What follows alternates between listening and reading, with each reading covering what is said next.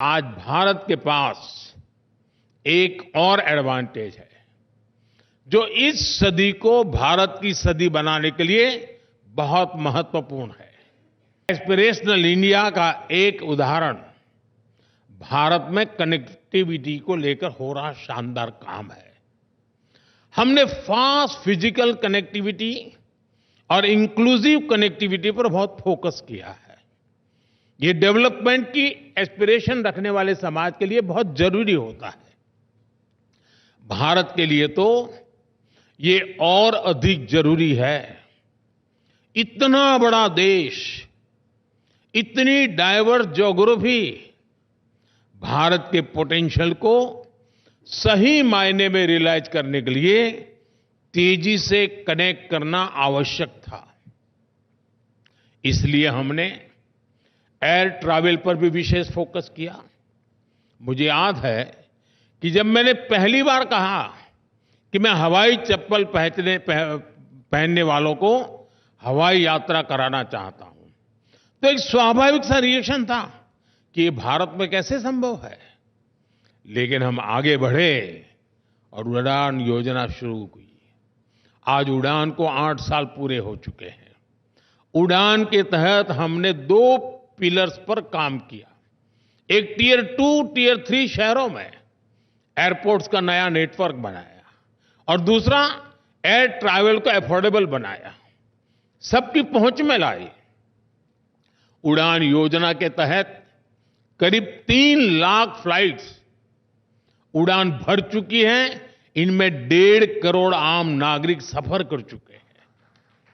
आज 600 से अधिक रूट्स उड़ान के तहत और इनमें से ज्यादातर छोटे शहरों को कनेक्ट करते हैं।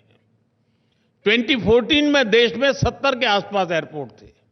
आज देश में एयरपोर्ट की संख्या 150 को पार कर गई है। उड़ान योजना ने दिखाया है कि कैसे समाज की एस्पिरेशन विकास को गति देती है।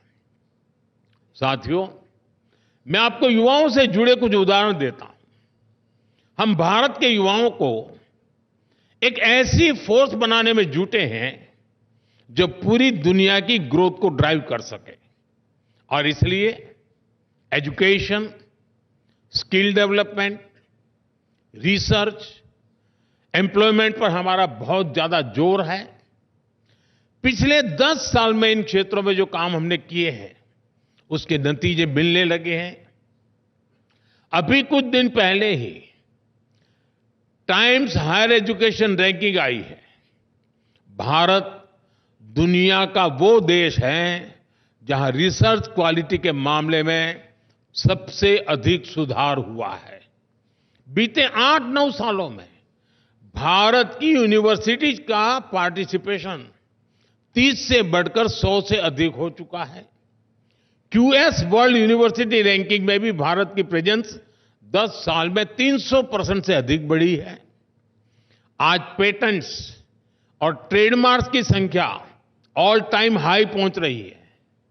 आज भारत दुनिया के लिए R&D का एक बड़ा हब बनते जा रहा है।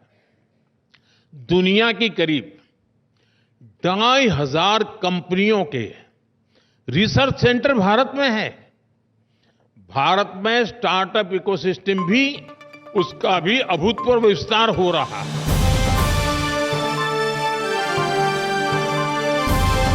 समाजकारण, प्रशासन आणि राजकारणातल्या अचूक विश्लेषणासाठी बखर लाईव्हच्या सोशल मीडिया प्लॅटफॉर्म्सना लाईक, फॉलो आणि सबस्क्राईब करा.